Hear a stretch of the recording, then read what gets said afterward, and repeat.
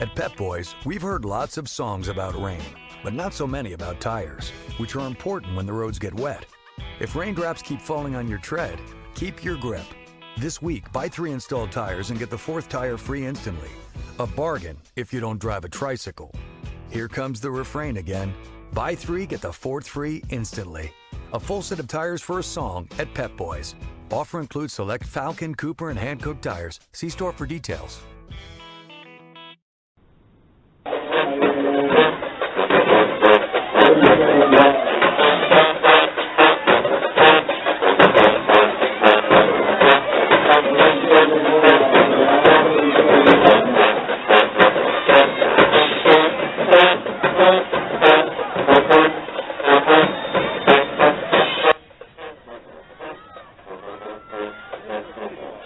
Greetings and salutations. This is the 2015 Director Series podcast presented by the Marching Podcast and presented to you and sponsored also by Block Band Music and Publishing. 2015 podcast series. Let's go ahead and take the field. Really excited to have you guys on tonight. Of course, excuse me, I'm not the usual Charles Cheese Waters that gives you that outstanding intro, but we were working through that. We have this, but I wanted to kind of do it and check it out, and it's harder than it seems, I just tell you. So welcome tonight to the podcast. We are excited to have you on. We had so much success last year that we went ahead and said, let's go ahead and make this a part of the network. Let's make this a part of the Marching Podcast. Let's make this all so we can share. All the sponsors as well can get in, have some extra time to tell the people about their products, and we're excited to have that tonight. So let's go ahead and get right into it. I will bring in our resident expert, Dr. Kevin O. Davenport. Let me go ahead and got these levels going. Dr. Kevin O. Davenport, are you there tonight with us, sir? I am here and excited about the day. Welcome back. Good to be here another year. Outstanding. Thanks again. And also the owner and founder of Block Band Music and Publishing and the son of our resident voiceover for the 2015 and actually the actual director series itself, Mr. Rashad Waters. How you doing tonight, sir? Well, I'm doing fantastic there, sir. If I can try to sound a little bit like my father.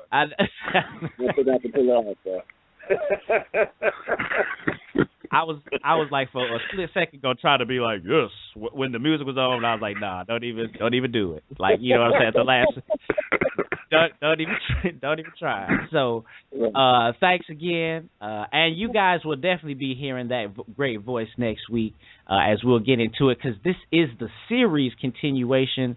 We posted on our blog, Twitter, Facebook, wherever you are tonight, the 4 parts that we did last year, as always, a continuation, but we stomped a new year on it for copyright purposes, okay? So, again, we welcome our resident expert, Dr. Kevin O. Davenport, and the owner and founder, Rashad Waters, of Block Band Music and Publishing. You will hear about all of that this evening. Welcome. Today is August 23rd, 2015, 5 o'clock on the West Coast and 8 o'clock on the East Coast. We appreciate all those listening in live, whether through podcast form, through Blog Talk Radio, our website, Facebook, Twitter, or wherever you are, iTunes as well. At the end of the broadcast, if you decide you like the show, then we appreciate a donation to the network, if you feel so in your heart, of course. Just simply go to themarchingpodcast.com and click on the donate button to help improve the show and help build our scholarship fund that goes out to our beloved students on the National Signing Day show during the spring of every year. Okay? So thanks for listening tonight. We will be talking about time management and our little green room discussions, if you will, breaking down all of this. I can only tell the public that Rashad Waters is excited that we have time management. He was trying to tell us we need to have a time management, fellas. You're not really listening. And so that's just how, you know how people say just let it go and then just let it just roll out and just how the universe works. Boom, time management. So we are actually glad we listened to Rashad, because just overlooking the book this week, you definitely can apply it in so many ways. But it definitely, maybe some things need to be said. Maybe it's one of those things where it's like, all right, I know what you're saying. I know what you're saying. But let's actually go into it tonight, all right? So we'll welcome, we've already heard from our resident experts. Let's go ahead and hear from our beloved sponsors. Well, you know what? Let me go ahead and get to the format of tonight's show. We'll be talking time management, and in many ways we can do this.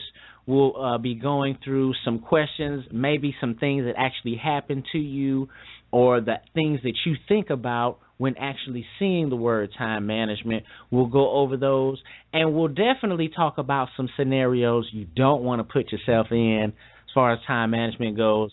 I like those because that's a lot of what I did in college, so that's part of why I'm doing the podcast, so I can tell people, don't do this. You understand what I'm saying?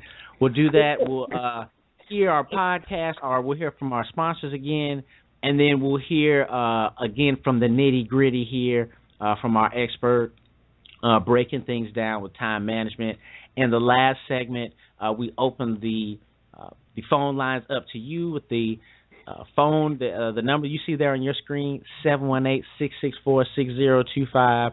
Call in and give Dr. D all you have, the feedback, any questions about tonight. I'm sure you've read the book. All the folks have, in continuation from last year, maybe you didn't get a chance to ask something from last year. I'm sure we can tie it into time management, as Rashad could let you know, and we can still break it down tonight. Also, don't forget, next week we will be back with fundraisers, talking that with our director series for 2015. So make sure you'll be back next week at this same time, same channel, for the continuation of the director series. Okay? Let's go ahead and hear from the people that pay the bills and also help give out the beloved scholarships during the National Signing Day show for marching bands, our beloved sponsors for the Marching Podcast Network. So let's hear back from them, and we'll be back with part one of our 2015 series here with time management. And thanks for listening. Hey, this is Kenny, and you're listening to the Marching Podcast. Hi, this is Yoko. You're listening to the Marching Podcast. Having an anniversary party, birthday party, or better yet, you're about to marry that special someone? Liquid Effects Photography is the perfect choice to immortalize all your most special moments. With 10 years of dependable professional service that can deliver from the conventional to the best in cutting-edge technology and creativity. Come experience the uniqueness of Liquid Effects Photography. We serve the entire upper Midwest and will travel further upon request. Come check us out at liquideffects.com. That's LIQUIDEFFEX.com. Or call us at 773-454-5556. That's 773-454-5556.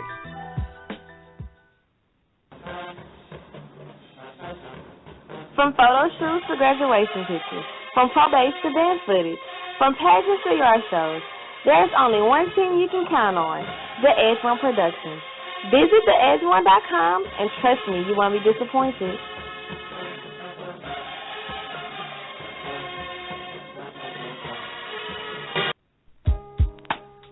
Chopping It Up is a podcast of one-on-one interviews with positive role models that have a connection through music and or education. Chopping It Up is all about inspiring our youth for a great future and providing a roadmap on how to get there.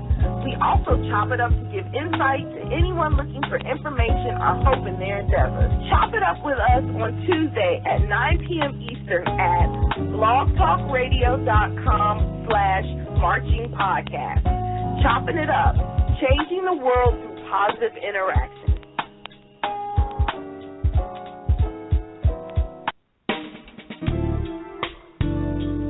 Band directors, have you ever found yourselves in this situation? Showtime is quickly approaching. Your budget is quickly disappearing. Your music choices are narrowing. The equipment condition is wearing and your stress level is mounting. Stop what you're doing and contact Block Band Music and find out how we've got you. Check www.blockbandmusic.com, providing music, equipment, gear, and accessories to show style, core style, and traditional bands worldwide.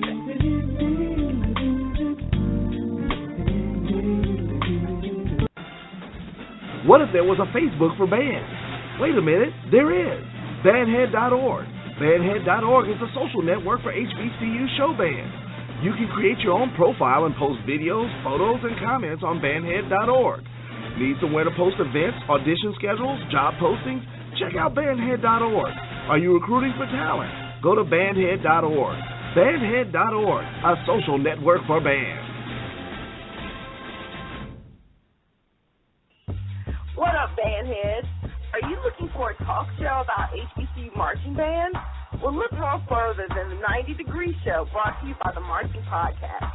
Every Sunday during the football season at 8 p.m. Eastern, we recap the most intriguing battles of the weekend and give you, the listener, an opportunity to voice your opinion on the battle by calling into the show and talking with our panelists. Are you ready for the only interactive show in the world for HBCU marching bands? Then check us out Sundays at 8 p.m. Eastern at blogtalkradio.com/marchingpodcast. The 90 Degree Show, the interactive HBCU band podcast show.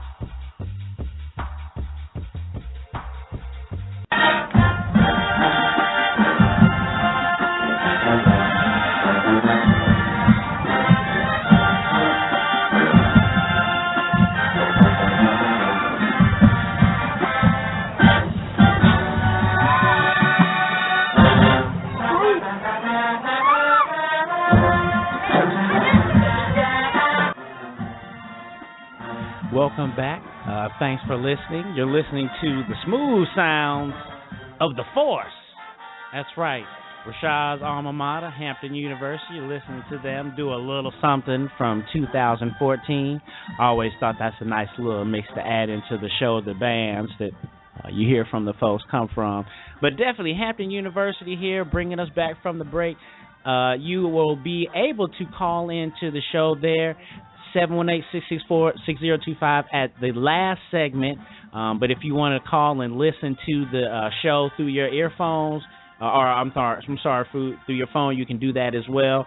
But we'll take those calls there at the beginning of the last segment there.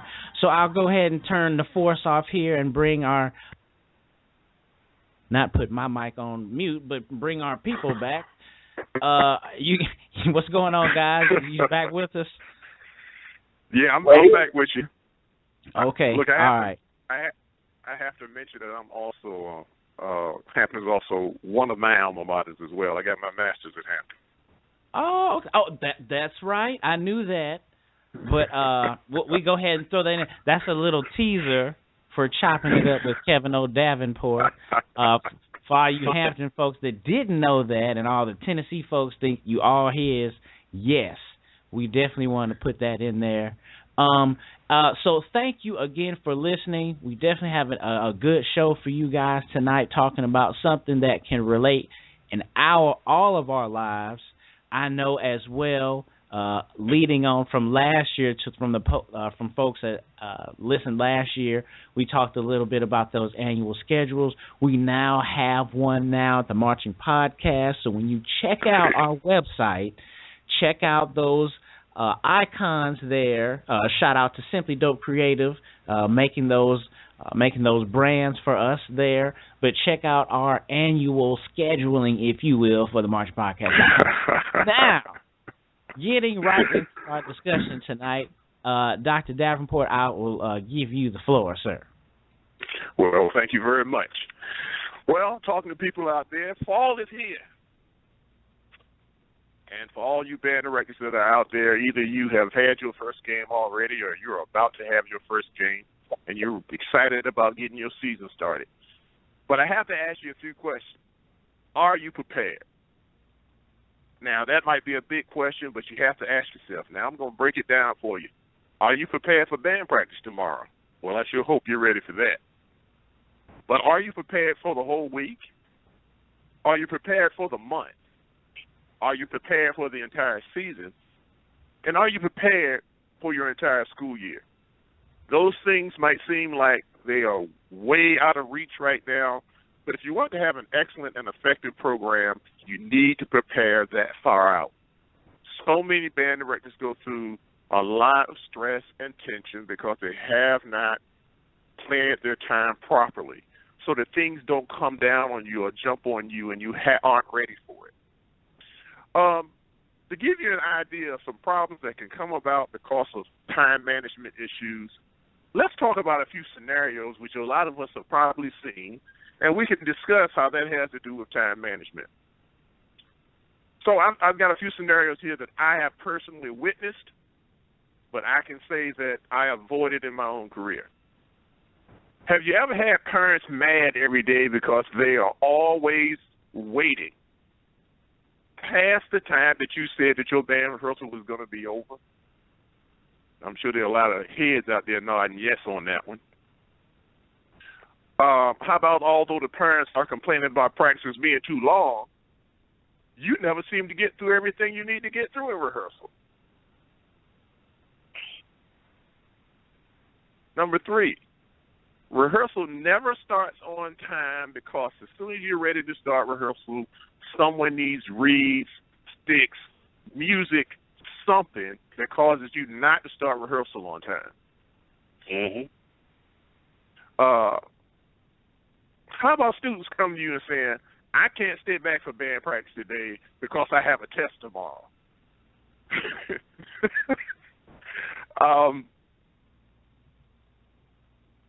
Have you ever seen a band, and I personally witnessed this one, a band that tries for 6 weeks to change their show, but never are able to change their show? Or even better than that, I'm going to add something here. I watched a band director go 3 years using the same drill. Oh, wow. And he didn't figure out until 2 weeks before the season that he was going to have to use the same drill again. Wow. How about this one? Like I said, which I actually observed in the college band.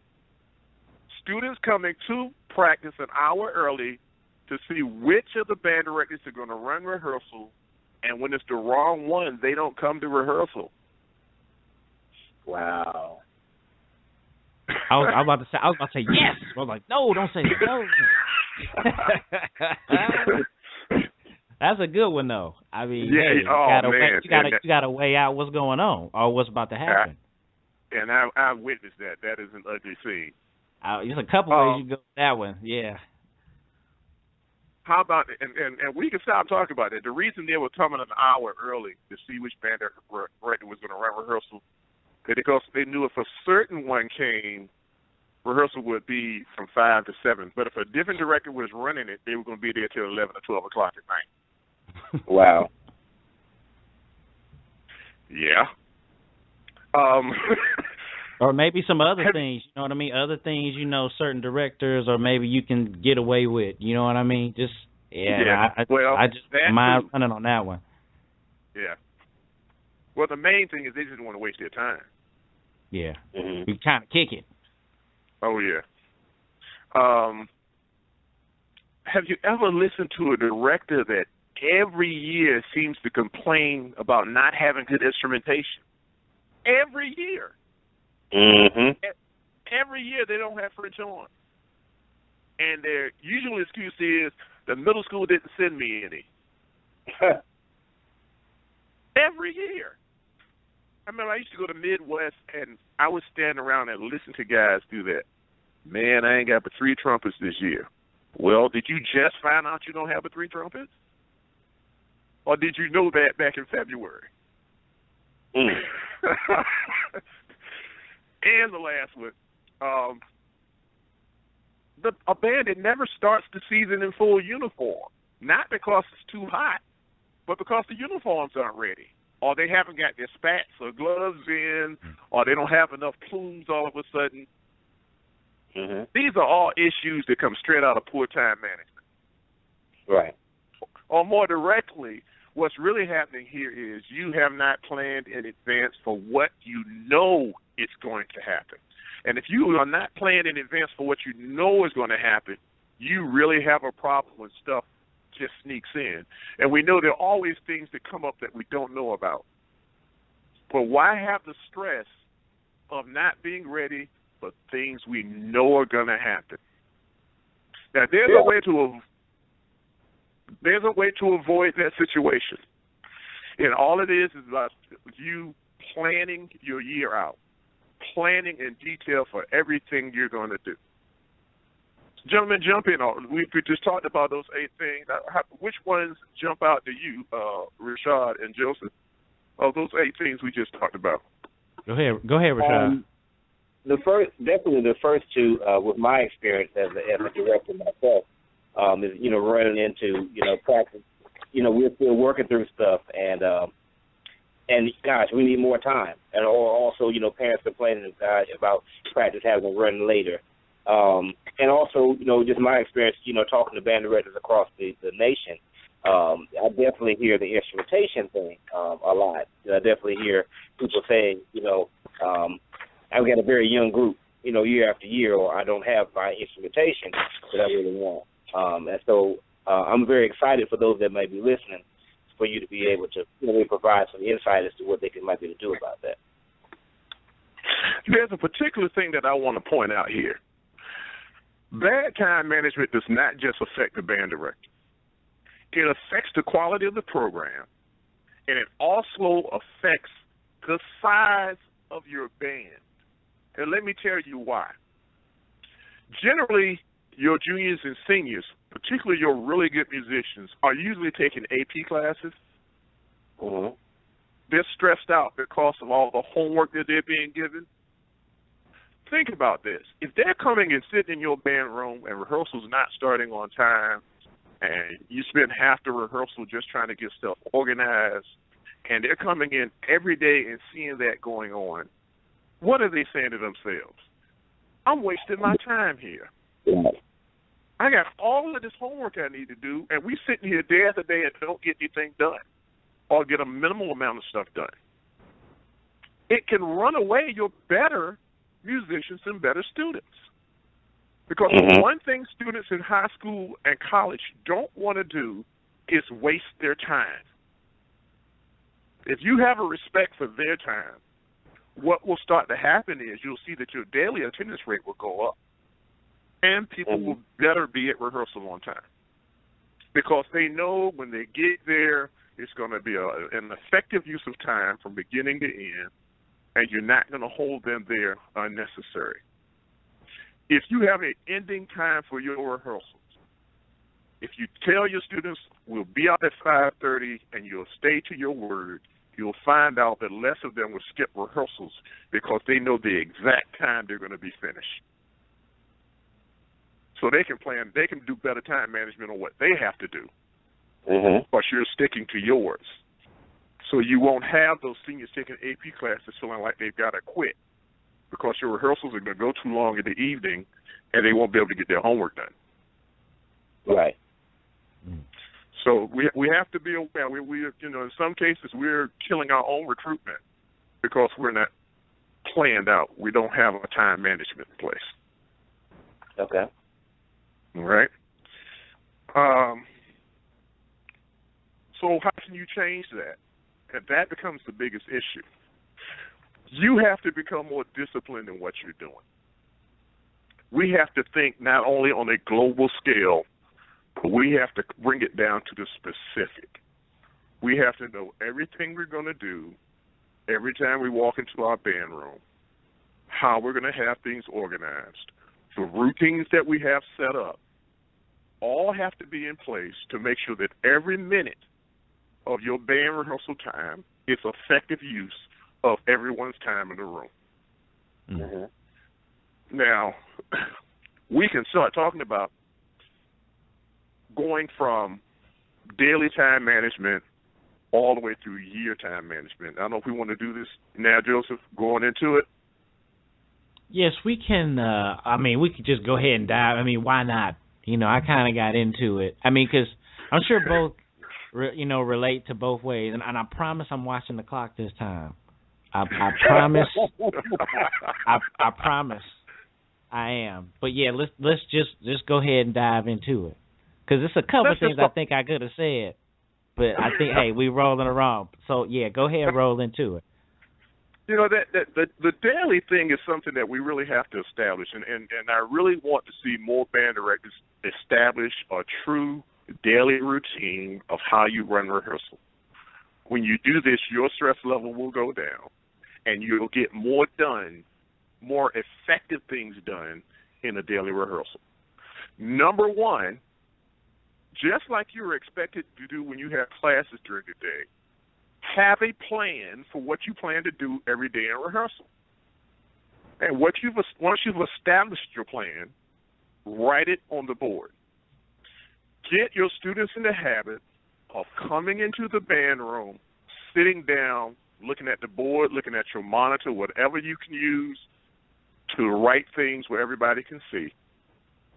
So they're used to sitting down, okay? They know the warm-up that's going to happen that day. They know what music you're going to go over that day. They know what they're going to cover outside that day. They can start to get their mind focused on what they have to do that day before rehearsal ever starts.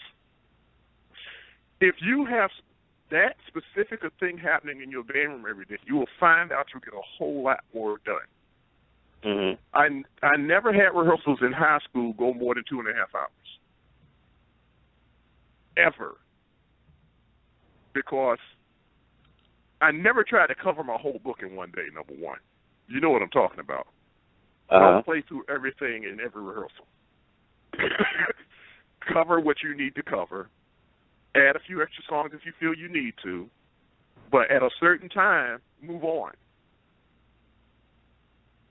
You see a lot of bands that beat a dead horse. Well, I'm going to tell you a scenario from when I was in college.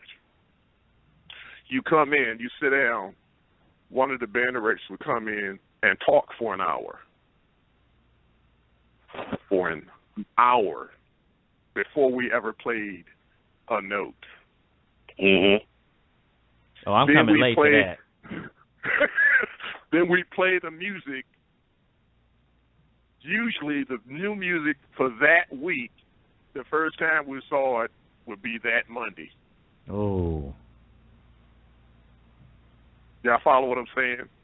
And you might for that Friday for most. Yeah. Yeah. You might spend, and let me, I have to stress this. Talk only as much as you need to. We tend to like to hear ourselves talk. But get to being about the action of rehearsal. Get your drum majors, if you have good drum majors, establish a time that you want rehearsal to start, whether you're in the room or not. And when I say start, I mean your warm-ups begin. If your rehearsal starts at 2:30, your drum majors should know at 2:30 rehearsal starts, whether the band director's in the room or not. This routine will get kids to being there on time and ready to play. Now, let me back up a step that will also help you with time. Teach your students how to basically tune their own instruments. Now, a lot of band directors have gone to each student having an individual tuner on their stand. That's great. Or you can have a strobe tuner at the front of your room. But teach the kids how to use it. Teach them how to go through a general warm-up on their instrument and require that before rehearsal starts, everybody make it to that tuner and get themselves generally in tune. When you do that as a director, all you're doing is tuning the ensemble and not a bunch of individuals. Wow. Let's think about how much wasted time can happen if you have to go down the line on every instrument. No, you pull out. You pull in. No, you pull out. Pull out some more. Pull out a little more. You understand what I'm saying? There's so many directors that skip that in general. They skip the intonation portion of it because of how much time it takes. And really, you're beating your own self, because if you're not in tune, you can't play as powerful as you want to or sound as good as you want to. No, off of that matter, you won't know when kids are playing the wrong notes. Well, some bands are so badly out of tune, you don't know if they're playing the right notes or not. But we have to teach our, if we're supposed to be, we talked about this last year, are you training band members or musicians?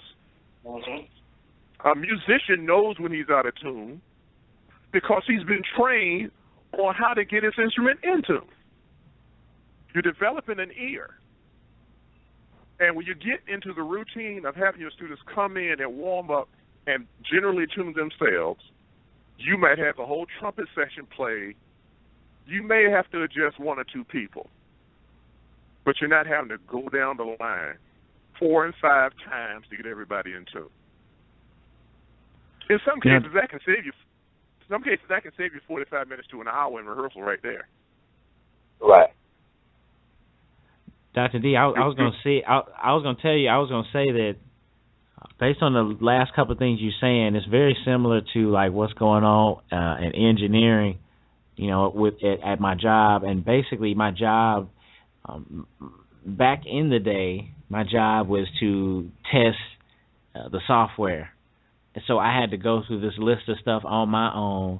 And, it was mindless and monotonous after a while.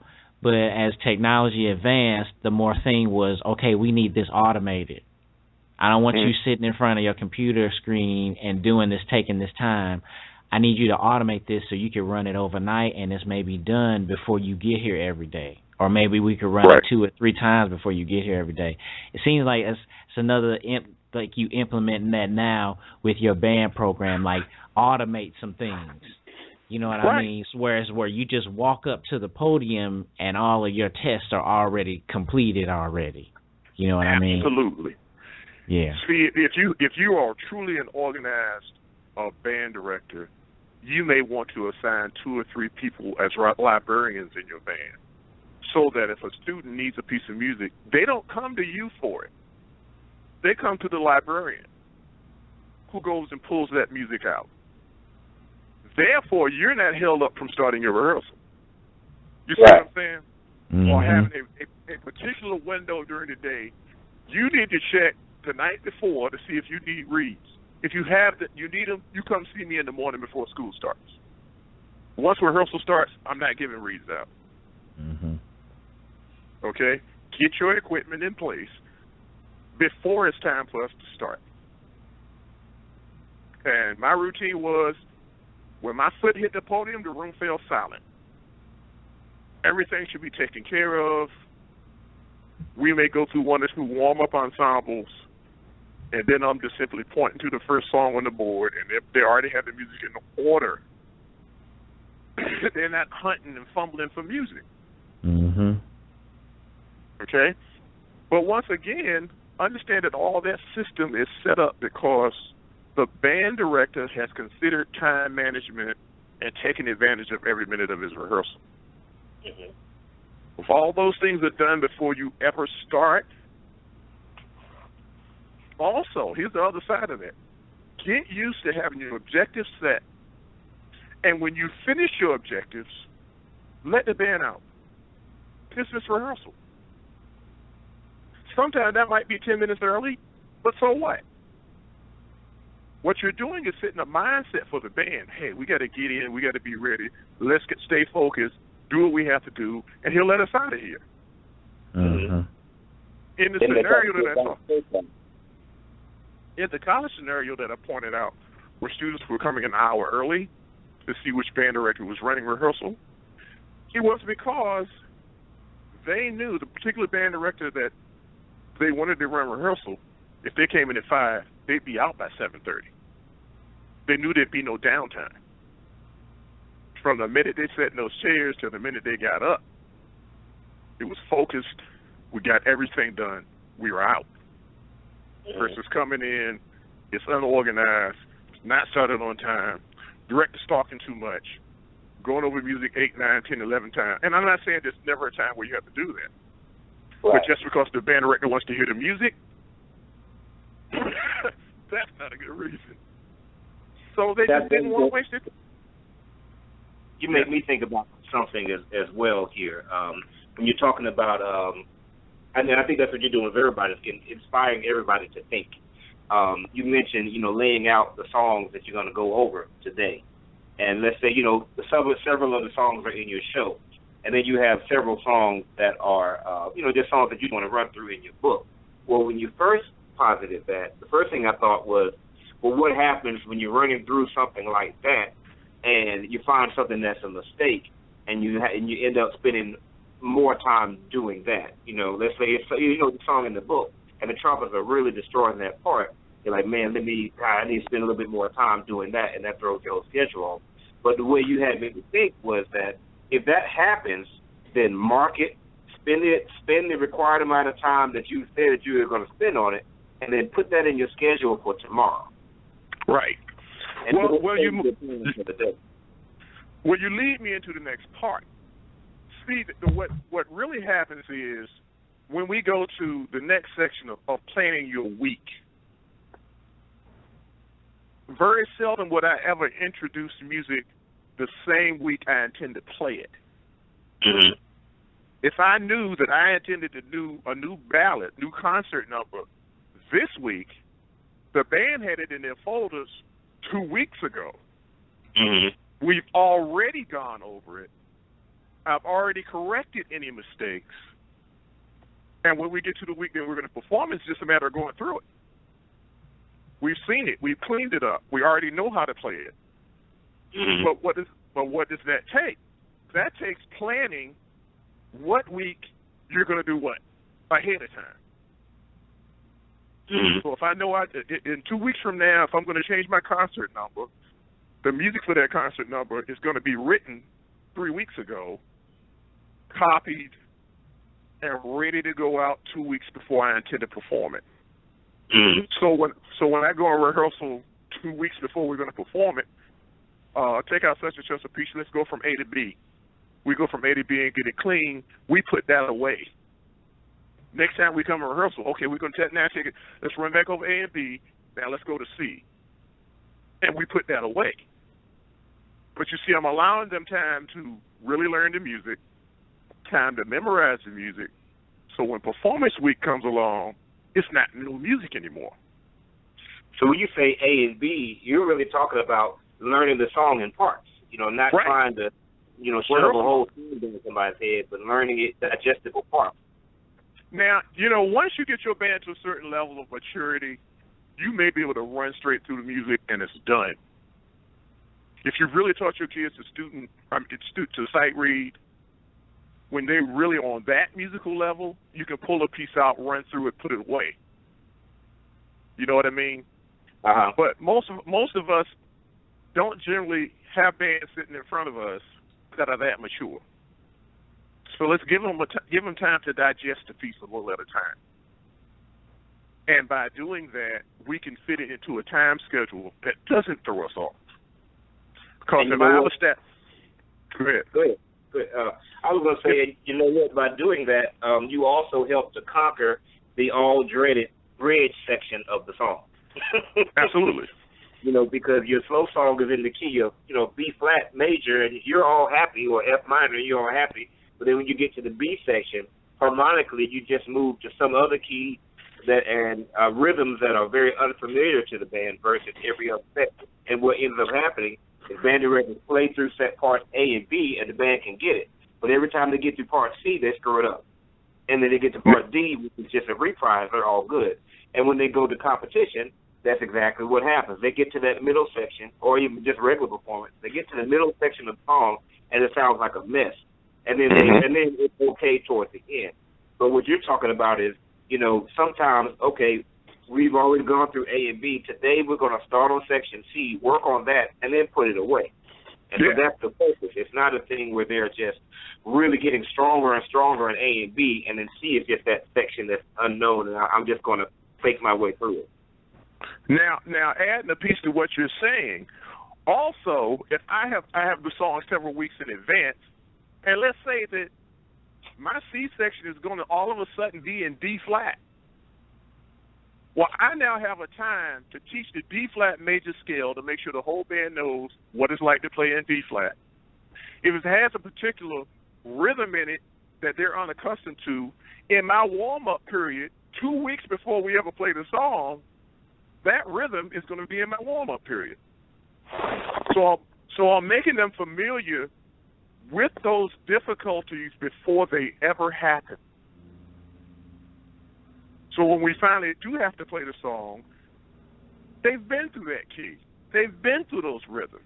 They're not going to make those mistakes on the field because you just gave it to them and said, okay, play it the best you can because we only got a day to get this music together. No, that's bad time management.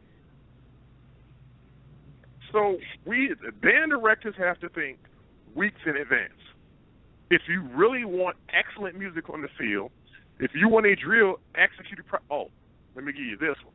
If you want a drill executed properly, teach the music several weeks in advance. So when you get on the field to learn a new drill, you take them through it by counts, and then you make them go back at the beginning and say, remember such and such a piece of music? Hum your parts while we march through the drill.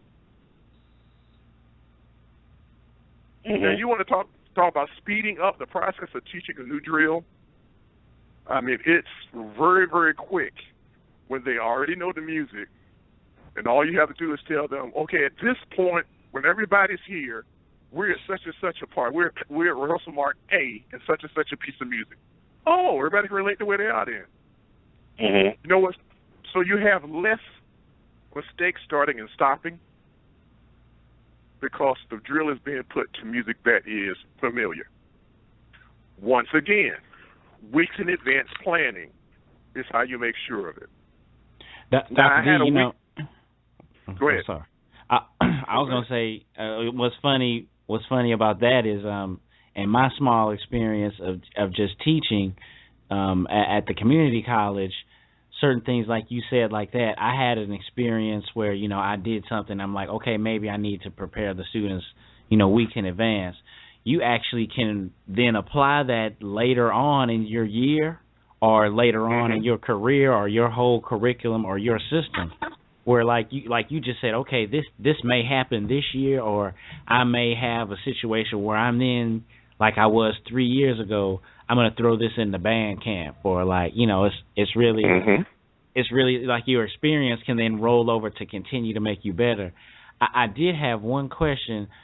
High schools, I don't remember us having it, but do high school programs, some programs have sectionals, or students are encouraged to, like, in their section get together, or is there like time allotted for some schools, I guess. Well, some schools do have sectionals.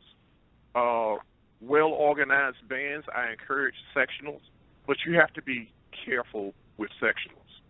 Unless you have musicians, college musicians or staff that can handle those sectionals, two things can happen if you are not careful with sectionals.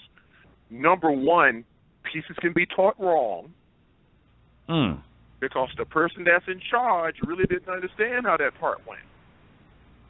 But now they're going to try to teach everybody in the section how to do their part they didn't understand. Or hazing can slip in. Because your eyes can't be on everybody. So we have to be careful in doing sectionals. Yes, I encourage sectionals. Now, my idea of sectionals in marching band are not so much flutes by themselves, clarinets by themselves, saxophone by themselves. I may have a woodwind section. Oh, okay. Because it's just as important for them to hear how their part goes against other parts, as well as knowing how their part goes. Okay? So I may pull all of my lower brass together and have a sectional, and my trumpets and my horns together and have a sectional, all my horns and my saxophones together and have a sectional if they're playing the same parts. You see what I'm saying? Right. So you have a bigger group. It takes less people to run sectionals, and people learn how their part goes against everything else that's happening. And never leave the percussion out. Have your percussion and your tubas do sectionals together sometime. Okay. The bass line and the percussion part, they go together. They have to be locked in. So, sectionals work if they're effectively done. And once again, if you give them objectives in section. I want everybody to go have a sectional for 15 minutes. I want you to work on A to B in this particular music. Go. 15 minutes, you'll be back in your seat, though. Mm-hmm. You see, I just focused the entire section instead of having a sectional and go over whatever piece of music that particular section leader likes, which is usually what happens. And as soon as they get to a difficult part, what do? They don't do it, and they don't really hammer it in. No, they fly through it. They put it away. They go back to something they like. Mm-hmm. Right. That's not effective use of a sectional. Mm-hmm. So, once again, to come back to where we were, we need to think weeks in advance for what we're doing. Competition show, from the beginning of the season, say we have a competition in the middle of October, and we're trying to figure out what particular ballad is the best one to use in a competition in the middle of October. You know when you should start listening to the band play that ballad? In August. Mm-hmm. And maybe get a chance to play through 2 or 3 different concert numbers and decide which one is more effective in competition. And then you could pull that one song out and use it, instead of trying to do a new song the week of competition. Mm-hmm. See, that's a mistake, because you haven't had time for the band to really get familiar at it and really get strong playing it. I remember a particular band that I saw in competition. I mean, their drill song, they could have won championship based on the sound from their drill song. But when they started going to their concert number, the band got weaker and weaker as they went. Wow. Oh, wow. It was obvious they were not as familiar with that concert number as they were with their drill song. Mm-hmm. So, since the band wasn't familiar with the concert number, they didn't play with the same confidence that they played with the first song. Right. And it cost them the competition. It cost them the competition. Wow. And they were the cleanest marching band on the field. But they got to the end of that concert number, which, by the way, was too long.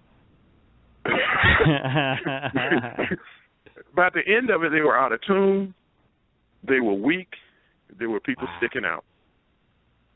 But that's because they had not built up the endurance playing the song, and they weren't familiar with it. Mm-hmm. Where if he'd passed out the music 2 or 3 weeks in advance and got them used to playing through that song every day, they could have handled it. Now, Dr. Davenport, you have touched on that several times here. Now, you're really getting towards a topic that is very personal to my heart, and I'm sure personal to the heart of many other arrangers or drill writers across the nation when it comes to the time management piece. And was one of the main reasons why I really personally pushed for this particular topic. The whole thing about if you're going to perform, not trying to get your music the week before. No. But trying to get your music weeks or months ahead of time. That just is a blessing to you as a director, because, if you're getting your music a week ahead of time, how can you really mentally prepare the music yourself? How are you, if you're saying, like, for what you're talking about, Davenport, Dr. Davenport, that B section is going to be hard, but if you only got the music a few days before practice, how do you even know the C section or the bridge is hard? That's what I was going to say, Rashad. That's what I was going to say, Rashad. I was just thinking, you gave the band the week, but how far in advance did the director get the piece? You know what I mean? Well, let me say this. Now, we know that some new songs come out in the summer that we want to do in the fall, okay? Mm-hmm. But back in the day, when I taught high school, there was a company called Jensen Publications out at the time. Jensen was a very strong, stock arrangement company. And I would get their album in the end of April, beginning of May. I'd listen through the whole album by the middle of May. I would have it ordered by the end of May. So one of the songs that they got on the first day of band rehearsal, because we started in early July, would be that song that I intended to do for the drill or the concert number or whatever that I got from there. But you can't wait until the season starts to decide what music you need. Mm-hmm. That really should be done the previous spring. Like I said, with a few exceptions, most of us play older music. Well, if you're playing music from the 70s, 80s, and 90s, you can already decide what song you want to do as a concert number and get it arranged so by the first day of band practice in July, you already have it. But you can't wait a week before band practice starts either to order it. Right. You know what I'm saying? Mm-hmm. That's time management as well, planning in advance. You plan for tomorrow, so tomorrow is not a panic attack. And that also just helps your drill writer and your arranger to do a better job. You know, you're going to do. I mean, obviously, if the person is not procrastinating, you're going to get a piece of music that's better if you give them a month to do it versus if you give them 4 days to do it. If you give them 4 days to do it, they're going to piece together the chords and hand it out to you, and it might have mistakes in it. You know. Well, and even a little further than that. If I have the arrangement in my hands 2 months before we have to perform it, I can now take the score and give it to the drill writer and say, write me a drill that perfectly fits this arrangement. Mm-hmm. But that takes prior planning. You have to have the music in time enough to get your drill writer to know the music and write the drill that fits the music, instead of just trying to slap them together. You know what I mean? Right, exactly. Okay, so, that's actually a perfect time point. Well, you know what? Go ahead and finish up your last thought there, Dr. Davenport, and then we got to cut to the second block. Well, let's kind of stop it here at weekly. We've got to plan in advance for those things that we know are going to happen. Once again, you know what show you're going to do 3 weeks from now. You know what performances you have. Why can't you plan for them now? And get your band to have the music in front of them now, so when you get to the week of the performance, they're ready to play it and not just trying to learn it. And we haven't even talked about memorizing. No. We just talked about playing it. Right. I mean, let's really think this scenario. You pass out the music on Monday. If it's a really decent piece of music, it may take you till Tuesday to truly teach it properly. Well, when do they have time to memorize it? You want to put it on the field by Wednesday if you really want to, especially if you got Friday night games. Mm-hmm. You want to have it on the field by Wednesday. But if you haven't gone through it thoroughly until the end of rehearsal on Tuesday, when do they have time to memorize it? Right. Ooh. And at that age, boy, that's crazy. Got to give them time. Got to give them time, and that's the perfect segue here. We go to the second block. We hear from our beloved sponsors, and we'll be back with the continuation of time management here with Dr. Kevin O. Davenport and the owner and founder of Block Band Music and Publishing, Rashad Waters. Thanks again for listening. You're listening to the 2015 Director Series podcast, presented to you by Marchie Podcast and sponsored you by Blog Talk Radio and Publishing. It's crazy you got to read that every time, but that's just how it is. Thanks again for listening. We'll be back.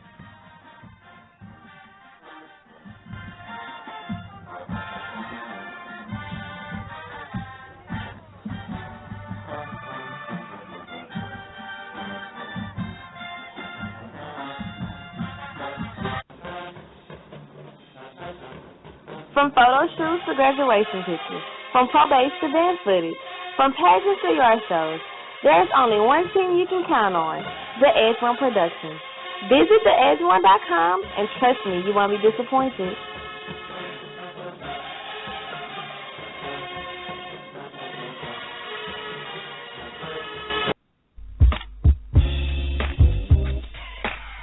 Need to write music and drill? Get it on the field. Outfit your band. Keep your administrator happy and still have a life. Encountering drama in the process, ain't nobody got time for that. Let Block Band Music assist you with musical arrangements and drills to fit your band, and also the equipment, gear, and accessories to keep the visuals, music, and marching on point. Contact blockbandmusic@gmail.com and see how this worldwide minority-owned business can uplift your band.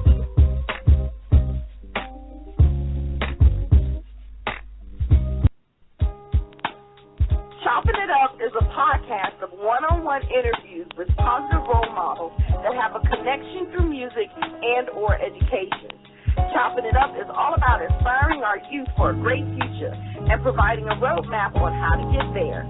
We also chop it up to give insight to anyone looking for information or hope in their endeavors. Chop it up with us on Tuesday at 9 p.m. Eastern at blogtalkradio.com/marchingpodcast.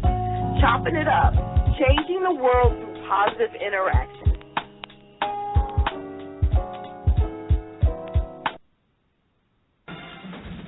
What if there was a Facebook for bands? Wait a minute, there is. Bandhead.org. Bandhead.org is the social network for HBCU show bands. You can create your own profile and post videos, photos, and comments on Bandhead.org. Need somewhere to post events, audition schedules, job postings? Check out Bandhead.org. Are you recruiting for talent? Go to Bandhead.org. Bandhead.org, a social network for bands. Hey, this is Kennedy, and you're listening to the Marching Podcast.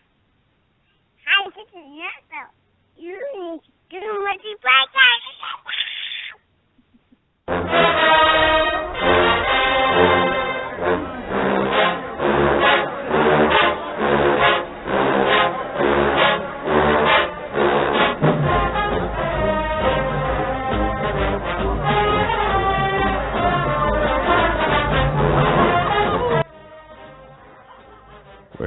Excuse me, we're back live.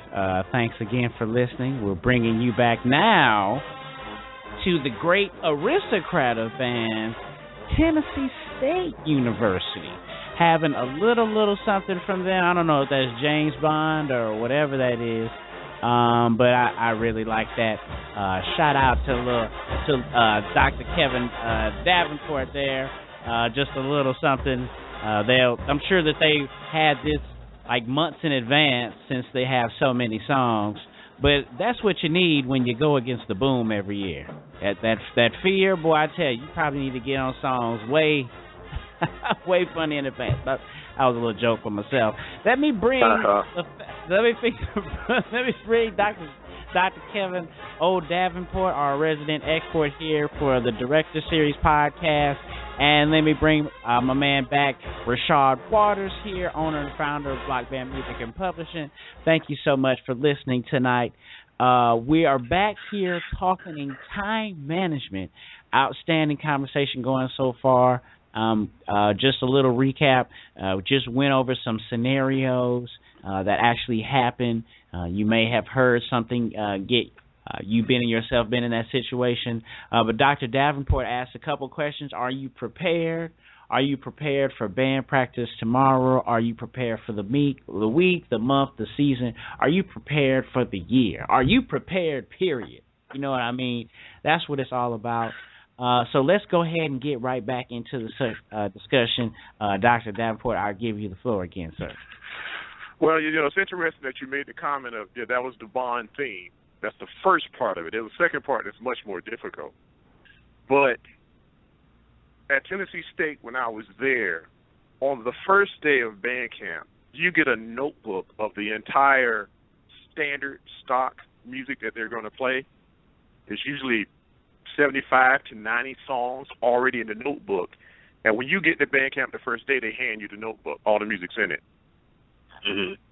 Well, that takes planning. That takes the whole summer to make sure that music is copied and the notebooks are made. Mm-hmm. But once rehearsal starts, you don't need to worry about everybody got a piece of music to such and such. That's not even a question. Now all you're adding to the notebook are the newer songs that you intend to play that are arranged during the year.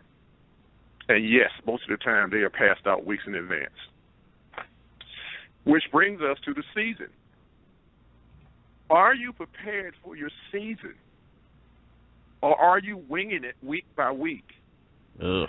You know, it bothered me that, you know, and I think I can speak for anybody that runs a band competition. There's nothing as irritating as either having a band back out on you the week of the competition after you've already ordered all the trophies and everything, or a band calling you on Tuesday or Wednesday wanting to get into competition. Mm-hmm. We're finally getting at a point with band competitions where you could set your calendar for what band competitions you're going to go to in the spring. Because generally most bands that have competitions have their date in place and they stick to it every year. Mm-hmm. Mm-hmm. So now it comes down to the band director planning, okay, I want to go to this competition, and this competition this year. If I decide that in May or June, I can go ahead and get my buses ordered. I'm not trying to deal with a transportation form, 2 weeks before the competition, only for the school board to not allow me to go because I didn't get my forms in on time. That sounds familiar? I can find out what kind of – now, this is interesting. I can go about finding out what kind of judges are they going to use and tailor my show to the particular kind of judge. Now, let me say this. You need to know, if not by name, what particular kind of judge is going to be used in competition. Let me pose a scenario to you. If you're going to bring your band from around the Mississippi River, that's Mississippi, Tennessee, any of those areas, to the East Coast to be in competition, you need to find out months in advance, how do they judge competitions on the East Coast? They are judged differently. They're looking for a different kind of sound, different kind of execution on the field. So it can be a shock to you if you signed your band up to come to Portsmouth, Virginia, and you're from Nashville, Tennessee. They may be looking for something different. I can even tell you that teaching down in Portsmouth, Virginia, I went through several years where I would go to a competition in Portsmouth and win first place in every category, and then go over to Norfolk and place third. Well, my band didn't get any worse. The judges were different. Mm-hmm. The judges in Portsmouth were retired military. They had come out of, the School of Music in the military, where what they were looking for, the precision and the sound that they were looking for in competition was totally different from going over to Norfolk State to a competition where the judges were college band directors. Mm-hmm. They were looking not only for the music, but for crowd reaction. Ooh. Right. General effects a big thing. Yeah. You go in front of a college crowd. So once again, you have to plan in advance and recognize that and do your research. And you can only do that months in advance. You can ask whoever the coordinator is of the competition, who do you plan to use? They don't have to give you direct names. Even if they give you a few guesses, it'll at least get you in the frame of mind of looking at who's going to be there. But to me, that also sounds like a way to plan what competitions that you're going to go to, because if people have been, if you're a person that's ahead of the game, you're looking for a competition that's ahead of the game as well, that they already have that stuff put together and are not waiting until August and September to finally find a couple of judges that walk in and do something. Absolutely. I can tell you this, there are at least 4 competitions that I can already tell you that in 2018, God willing, I will be judging. Wow. Because the band directors have already asked, look, man, you're permanently on my list to judge. Can you judge next year? No, my schedule says I can't judge. Well, okay, you're on the schedule for the following year. They have already decided that. They don't want to be running around at the last minute trying to find judges. That can be very tedious as well. Right. So since the competitions are getting that organized, as a band director, why don't you take advantage of it? You know, there are even some instances, and this also goes with yearly planning. If I know I'm going to do a competition where most of the judges are from the MEAC, when I'm getting my band ready for that competition, I'm going to try to find band directors from the MEAC to come listen to my group. Oh, wow. Did you follow what I just said? Man, you're not playing around. No, that's planning. That's about planning. If you truly want to be... You just dropped the bomb on some people right there. What you say? Rashad, you going in and out on your mic. What did you just say? I said Davenport just dropped the bomb on that one. Oh, yeah. That was true. See, let me point out something else, and this deals with yearly, too. What we tended to do in our school district when we were preparing for concert band adjudication, we had a pre-adjudication concert, usually 2 to 3 to 4 weeks before we had to go to adjudication.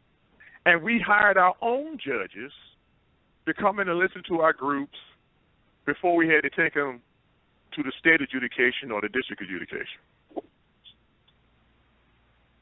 See, that's prior planning, and we want to make sure that it's the most effective performance that our band can do by getting them prior help.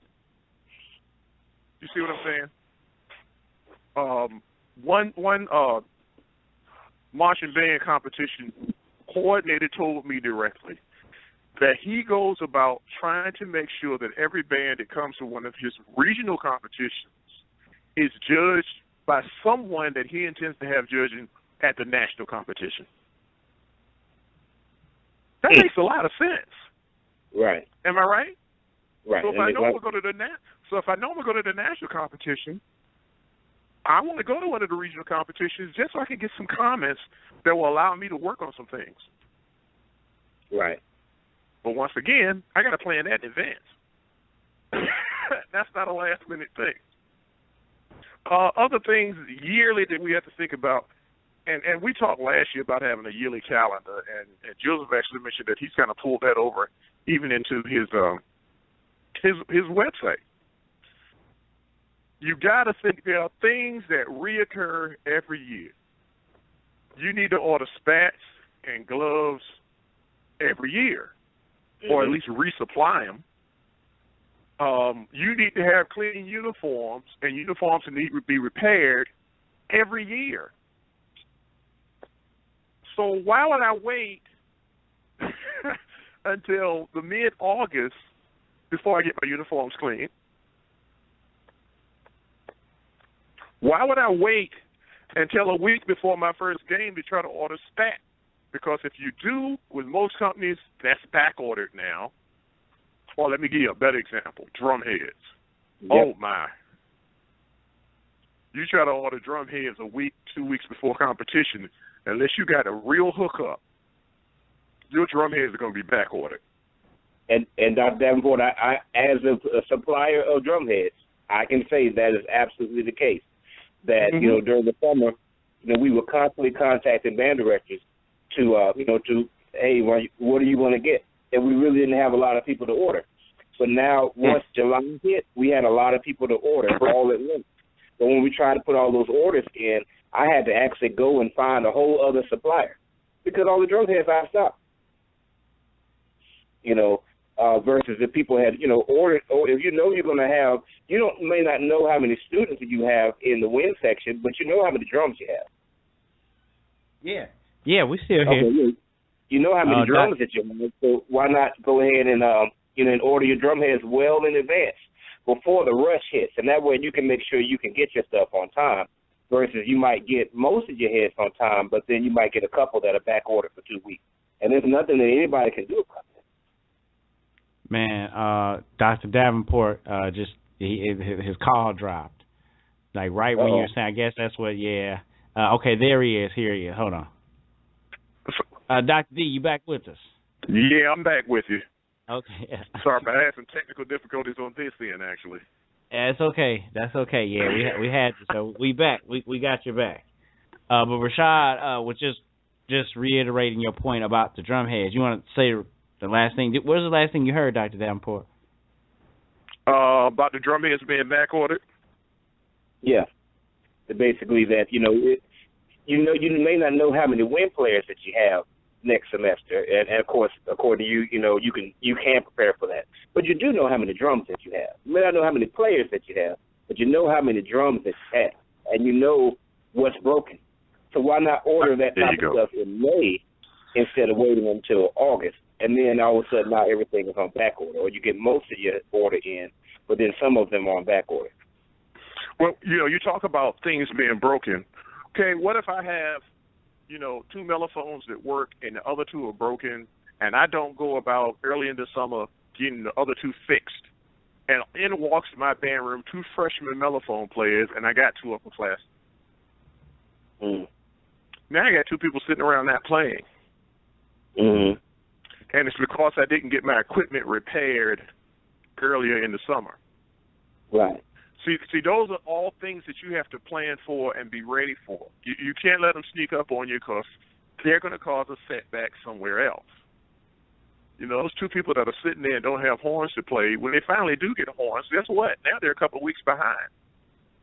Or they've quit because they were sitting there not doing anything. So, one of the things we talked about earlier on is you have to be careful of your time management because you can cause a lowering in enrollment in your group because you weren't ready. You don't want to lose band members because you weren't ready. And I'm sure that should really hit everybody in the heart. I never wanted a person to walk away from band because they felt I was disorganized. I would rather have them saying I was too tough. That you're disorganized. You weren't ready. It was chaos in the band room. You know what I mean? Right. You can't lose people for that reason. So I want to say, right quick, Dr. Davenport, you brought in the questions. You asked the questions at the beginning. I think one thing is maybe good for all of us as teachers or anything, maybe asking ourselves, you asked us, are we prepared? Are we prepared for band practice? Are we prepared, each week, each month? What are some of the things are the worst case scenarios that would happen to us? You know what I mean? Just like what you said, what are some of the worst? What's the worst thing that can happen to me in my band program, and how can I plan for it? So I definitely thinking, proactively, what you said, and then applying it to your system and a time system. I think definitely helps. But definitely, I was just trying to reiterate when you brought in these questions. Are you prepared for the month and every season? How do you answer the questions? You know what I mean? Well, and I think for everybody, the answer to those questions are different, and we've talked about a lot of solutions of what you can do. If you're planning on doing new music, well, pass it out several weeks in advance. Get ahead of the game. Now, yes, the season has started, and if you have not planned ahead, now you're just treading water.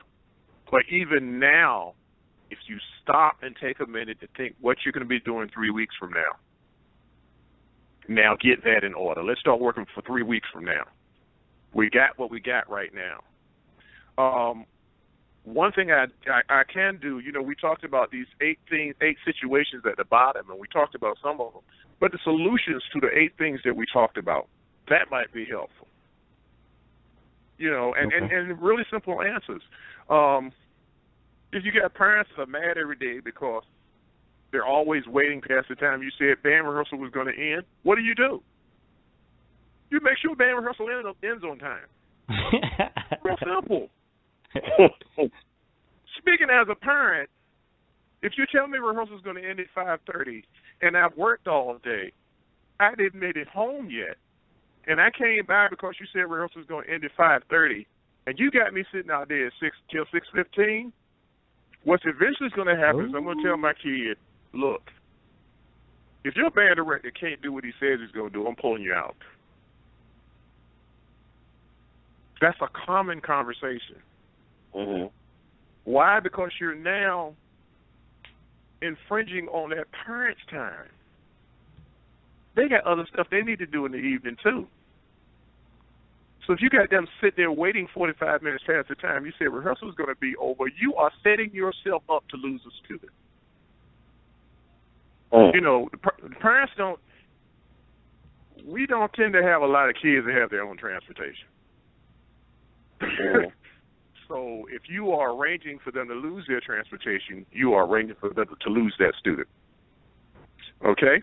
Number two, although parents are complaining about practicing being too long, you never get through everything you wanted to do in practice. Then you need to do one of two things: organize yourself better or cut down the amount of stuff you're trying to get through in a single practice. And how do you cut down the amount of stuff you're going to do in a single practice? You plan it out so you spread it out over weeks. Like we talked about with preparing music that you plan to do, but coming to rehearsal and just doing A to B one day, or doing warm-ups in the same keys of the music you're going to play.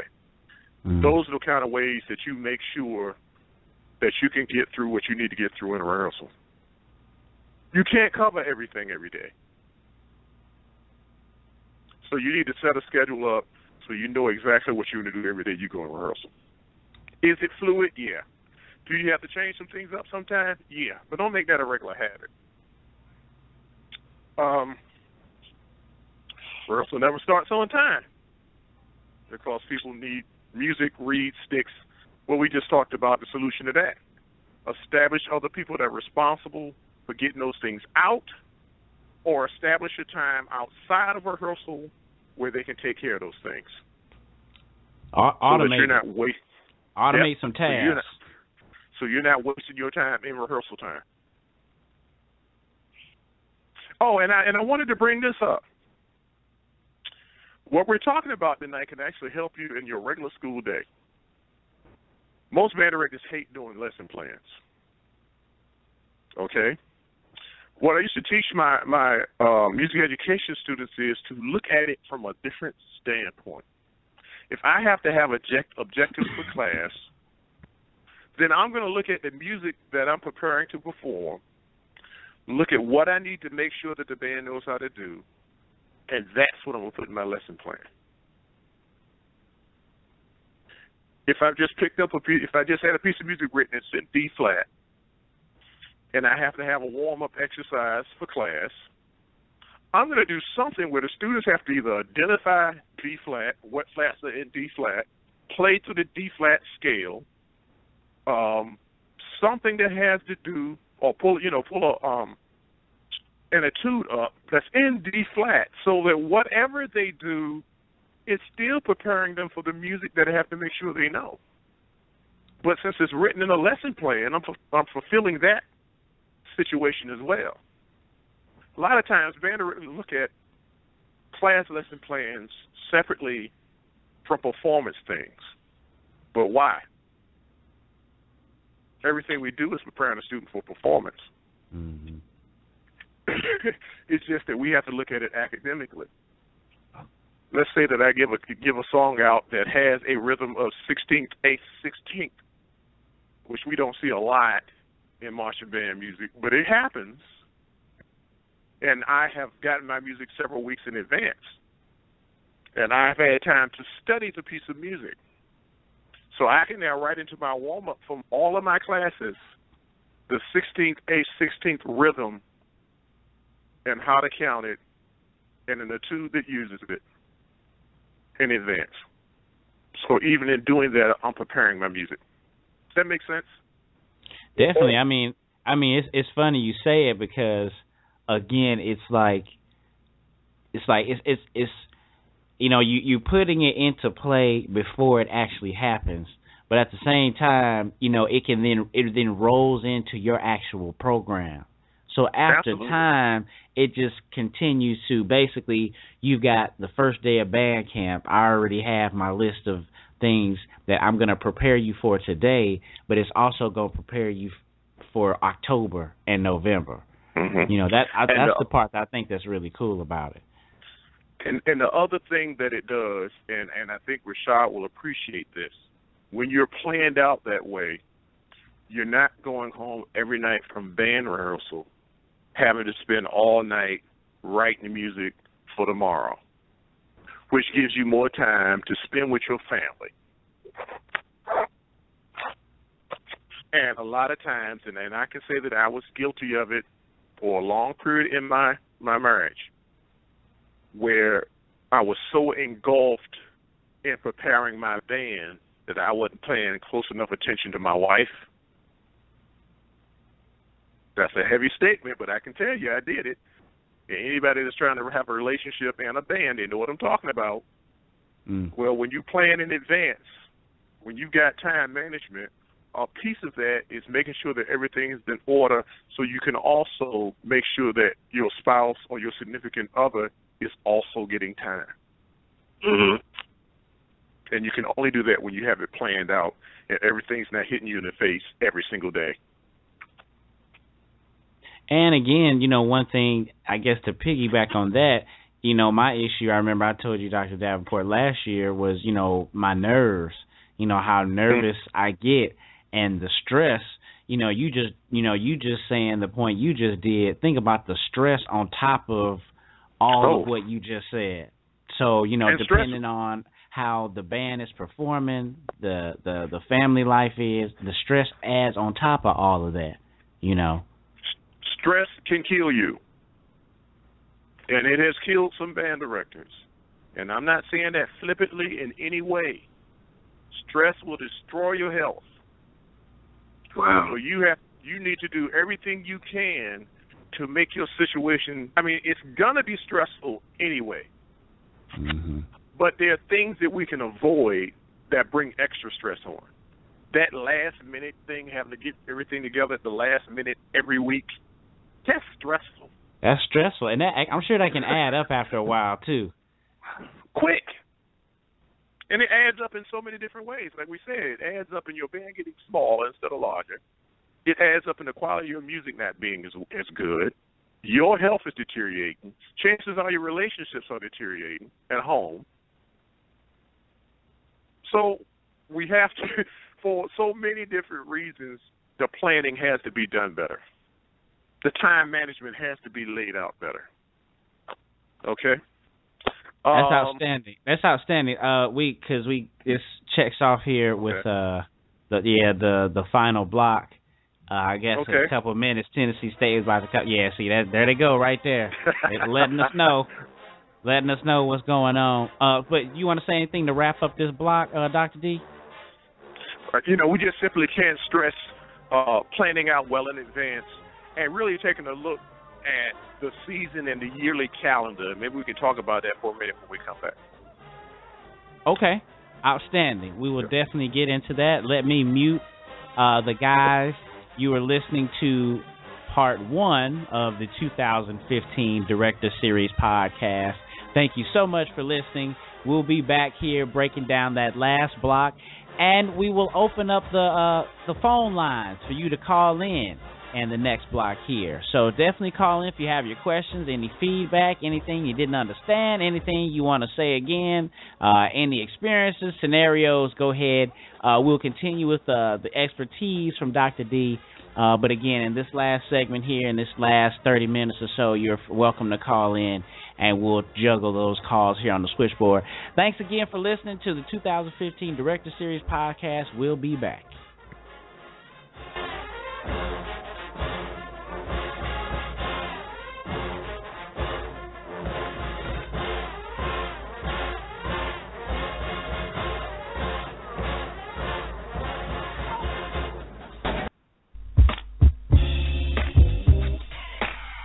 Need to write music and drill? Get it on the field. Outfit your band. Keep your administrator happy and still have a life. Encountering drama in the process, ain't nobody got time for that. Let Block Band Music assist you with musical arrangements and drills to fit your band, and also the equipment, gear, and accessories to keep the visuals, music, and marching on point. Contact blockbandmusic@gmail.com and see how this worldwide minority-owned business can uplift your band.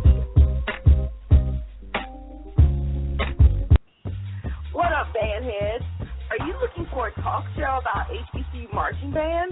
Well, look no further than the 90-Degree Show, brought to you by the Marching Podcast. Every Sunday during the football season at 8 p.m. Eastern, we recap the most intriguing battles of the weekend and give you, the listener, an opportunity to voice your opinion on the battle by calling into the show and talking with our panelists. Are you ready for the only interactive show in the world for HBCU marching bands? Then check us out Sundays at 8 p.m. Eastern at blogtalkradio.com/marchingpodcast. The 90-Degree Show, the interactive HBCU band podcast show. What if there was a Facebook for bands? Wait a minute, there is. Bandhead.org. Bandhead.org is a social network for HBCU show bands. You can create your own profile and post videos, photos, and comments on Bandhead.org. Need somewhere to post events, audition schedules, job postings? Check out Bandhead.org. Are you recruiting for talent? Go to Bandhead.org. Bandhead.org, a social network for bands.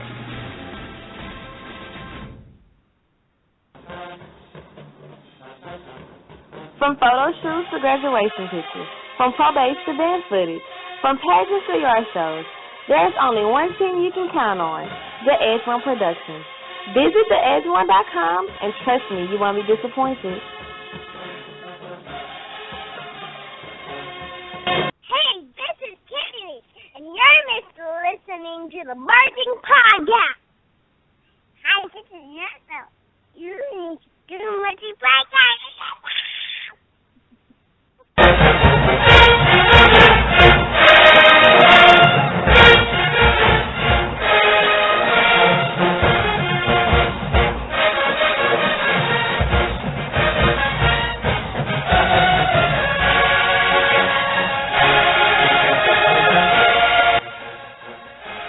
All right, we're back with the final segment here, coming to you back with the sonic boom of the South. To all the haters out there, the merge was tonight. Yes, the merge that was not in existence not too long ago.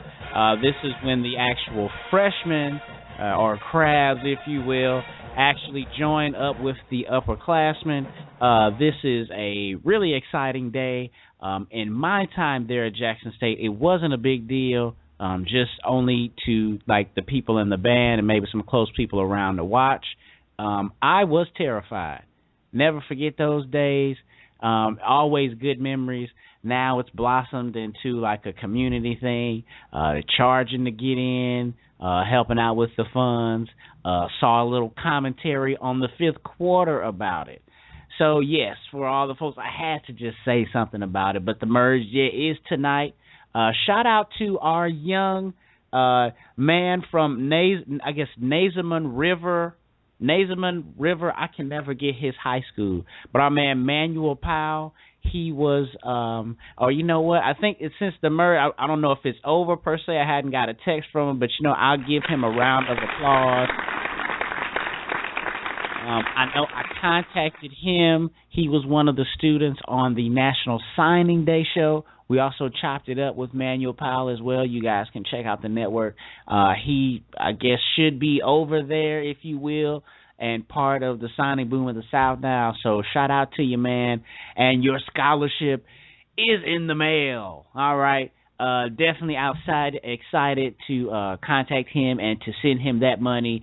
Sponsored and supported by Block Band Music and Publishing, the Edge1 Productions, Bandhead.org, and Liquid Effects Photography. So shout out to our sponsors as well. I'll give them a round of applause since they're helping out this young man. We definitely wish into the future that we'll expand that, providing more scholarship money for more kids, more students there starting out at band camp. Some of y'all know how it was, okay?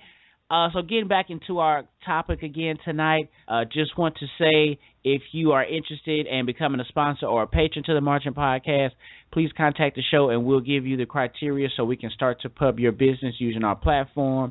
We'll play your commercial, show your icon or brand during a broadcast, as you see tonight, our beloved sponsors being shown tonight. We'll post your website on our blog, and we'll help send out your information through social media. So contact us so we can help to build your business. Okay? So Dr. Davenport, I will go ahead and give the floor to you as we continue the conversation this evening. And again, for all those who are out there, you're welcome to call in 718-664-6025 and or either log in to the chat room there, leave your comments there. Dr. Davenport, I know last year we posted some notes from the actual broadcast on the blog page. I guess we could do some of that. We can do that this year as well. Well, we can actually, if we could go back and pull that up where everyone can get to it, it can serve as a template. Because when we're talking about time management and the overall year, that's a good place to start. So they can kind of see an example what planning a year looks like. Okay, okay.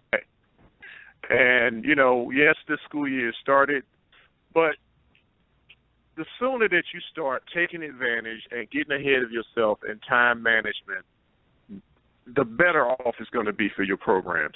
I want to talk about one other scenario that doesn't deal directly with marching band, but concert band. A lot of times I see band directors that plan to take their band to concert adjudication, and a week before the concert, they don't have enough scores for the judges. And band directors, you know what I'm talking about. Once again, if you have any idea, or as soon as you have an idea what you're going to play in adjudication, order the scores right then. Best advanced planning helps with that kind of thing, too. Once again, that's a very stressful situation. In Virginia, you're not allowed to carry photocopies of your scores into adjudication. If you do, you won't be judged. Wait, what? Okay, in concert band adjudication, you have to give a copy of the score of every piece that you're going to play to each of the three judges, okay? Okay. But it has to be a purchased, copyrighted copy that you give to them. You can't give them where you've gone to your photocopy machine and copied your score. They won't accept that. Why? Because, number one, it breaks copyright laws. Okay. So they won't even give your bands, they won't judge your band if you have copies like that. So one thing that happens every year is you see a week before the performance, band directors calling around trying to see if anybody else has the music or has extra scores to the music. Well, that's not the time to do that. You should have done that 2 months ago. You see what I'm saying? Once again, time management. So everyone should really sit down and try to think through what your plan is for the year and write it out so you can see it. And it will keep you on track for what you're doing for the year. Once you have that written out, share it. If you have a band parents organization, share it with the band parents organization so that they can get organized to assist you like they need to assist you. It also allows you to get any forms that you have to have turned into the school system. It gives you time in advance to get those forms written and turned in. Therefore, every one of those things brings down your stress level. And that's what we're trying to do here, is allow you to be able to be a better musician because the management piece is not so heavy. Mm-hmm. So we really need to get in the habit of making a calendar, and I guess that's the point.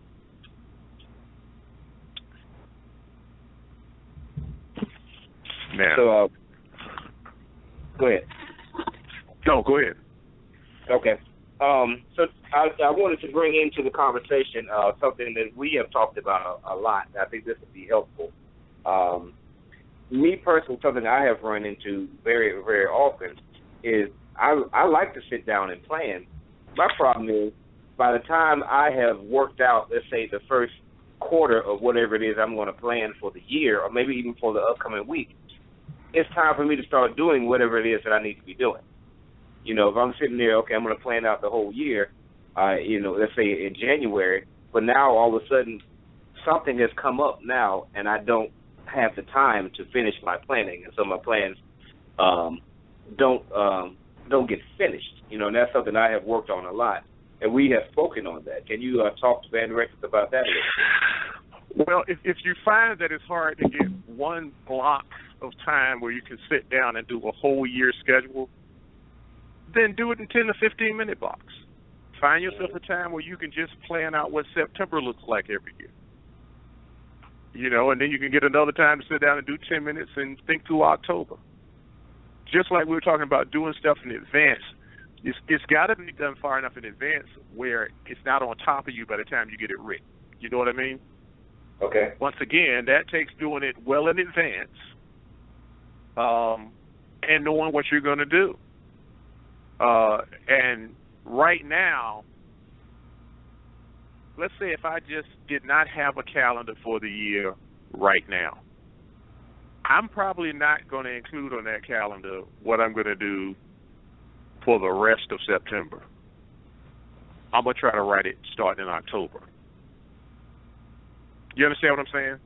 I'm going to start writing what I plan to do in October and what I plan to do in November. Because September hasn't started yet, but I know that I may not get through all of what I have to go ahead and do September the way I already planned to do September, because I just haven't done anything about it. But October can change. November can change. You see what I'm saying? Right. Well, let's say if I want to get into a routine of having written on the board everything that I'm going to do for the day. Well, that's something that can be done tomorrow. Hopefully you know already what you plan to do tomorrow. It's just a matter of writing it down. However, if you're going by, the seat of your pants, trying to wing it through this week, then start thinking about next week.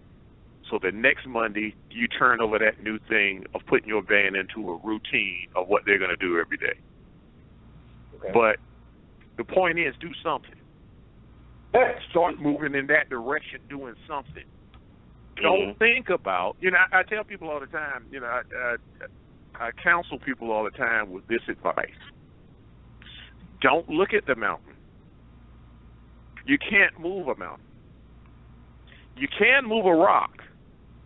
And if you move enough rocks, the mountain will be moved. So concentrate on the things that you can do something about and start moving them. Don't just keep going. That's too hard. I can't do it. That's too much to think. I don't have time to do. Well, every time you say I don't have time to do it, you just used energy that you could have used to do it. So the only way you're going to make change is decide that you need to make change. And if you want to have a more effective program, then you'll make the changes you need to in order to make it more effective. And like I said, go ahead.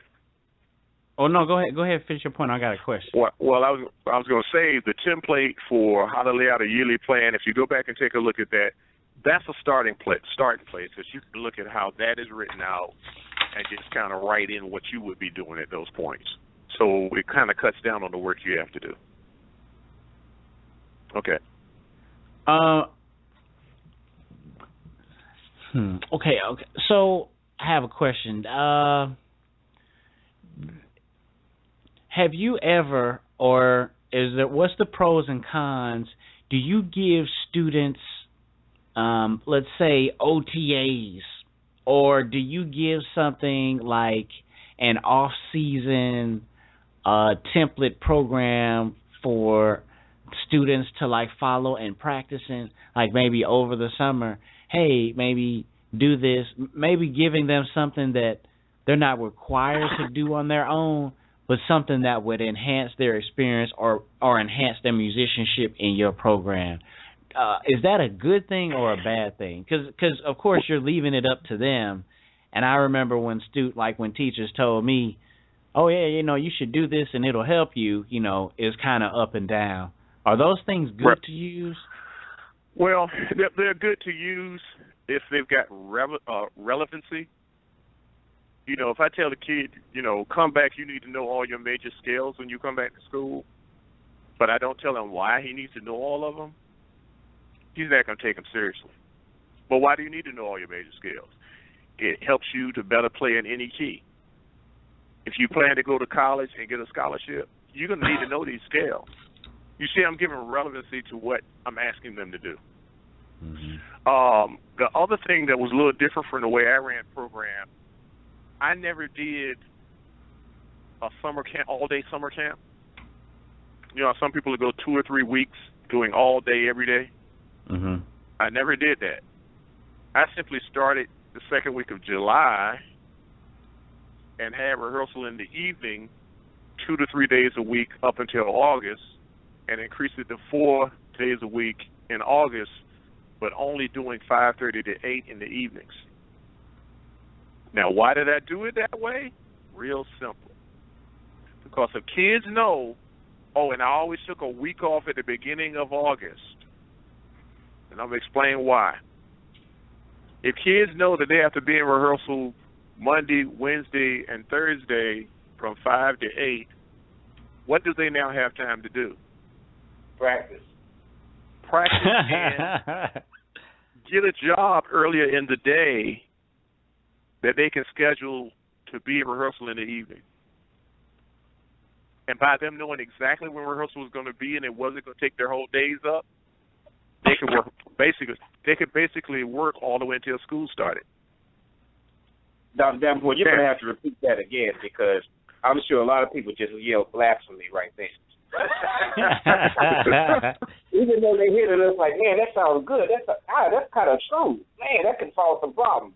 But still, I got to have band camp all day long. So hit it with that again. If you start earlier in the summer, you don't have to have all-day rehearsals for 2 or 3 weeks before season starts. Start earlier in July, do 2 or 3 evenings a week, do your basic music, bring your freshmen in the first, second week of July, start working them on the basic music, bring your upperclassmen in the third week of July, start teaching the music that you're going to do for the first drill. Now, what I was going to mention was the first week of August I always took off. The reason was it allowed everybody to schedule their vacations at the same time. Did you hear what I said? Mm-hmm. When the like parents the band knew, directors? Okay. No.